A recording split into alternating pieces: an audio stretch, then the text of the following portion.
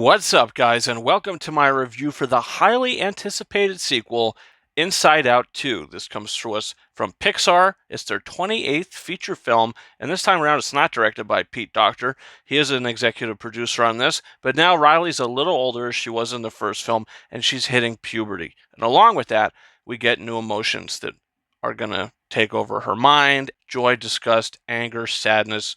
They all have to deal with these new emotions, mainly anxiety, who is the prominent new emotion in the film. The way that anxiety works in this film is very realistic, and the way that your anxiety could lead you to make certain decisions in your life are very prominent in this film. So our emotions from the first movie have to sort of band together to have everybody realize, hey, we can all work together. Now, the movie does kind of use similar beats from the original film, which is like a top 6 Pixar movie for me. I just recently re-ranked and I went down and through the list. Inside Out of their 28 films, is number 6 for me. I mean, that original film is terrific, and it is so simplistic, but what it was able to accomplish was fantastic. An Oscar-nominated screenplay, an Oscar-winning movie, won the animated feature Oscar. So this movie, there's more going on because you have more emotions and anxiety sort of prominently taking over Riley. And I thought Maya Hawke was incredible as anxiety. She's not going, too over the top with her performance, but she just kind of fully embodies this character. And all the other voice actors returning from the first movie: Lewis Black as Anger, Amy Poehler is Joy, who is really spectacular once again. Bill Hader and Mindy Kaling do not return this time around. I know that there was issues of how much they were going to get paid compared to the others.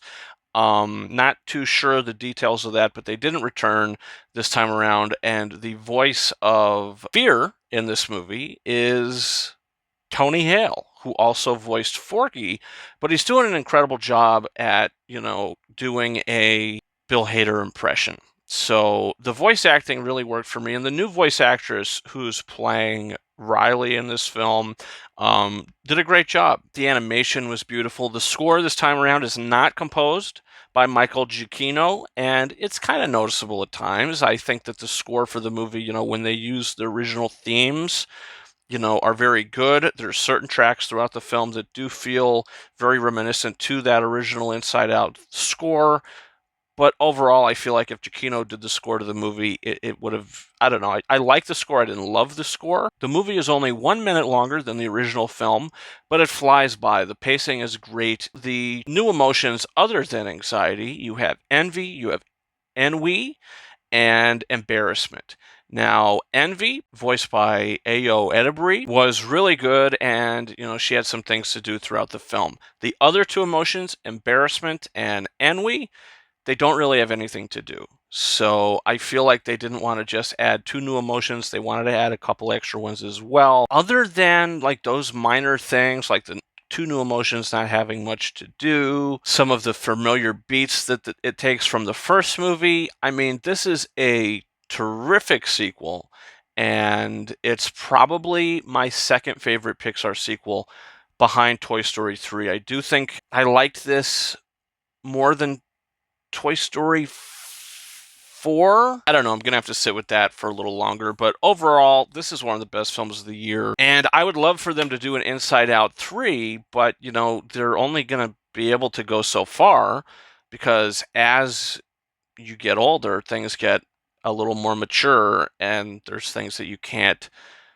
show or talk about in an animated film. So it's going to be interesting to see what happens next. But I loved it. I'm going to give it 4.5 out of 5 stars. Guys, comment down below. Did you see Inside Out 2? It opened. The previews are today. It opens tomorrow if you're watching this. Depending on when you're watching this movie could already be out. So do you plan on seeing it? Did you see it already? Also, don't forget to hit that subscribe button. It doesn't cost you a thing, and it helps the channel. We've got a bunch of content up on the channel right now. I gave my very honest thoughts in episode 3 of The Acolyte. I reviewed The Incredibles for its 20th anniversary, and also to prep and get in the Pixar mood for this review. And guys, you can follow me on Twitter and or X at RyanKing72, and Instagram and TikTok at King Arises 131. That's been it for me. Thank you so much for watching my review for Inside Out 2.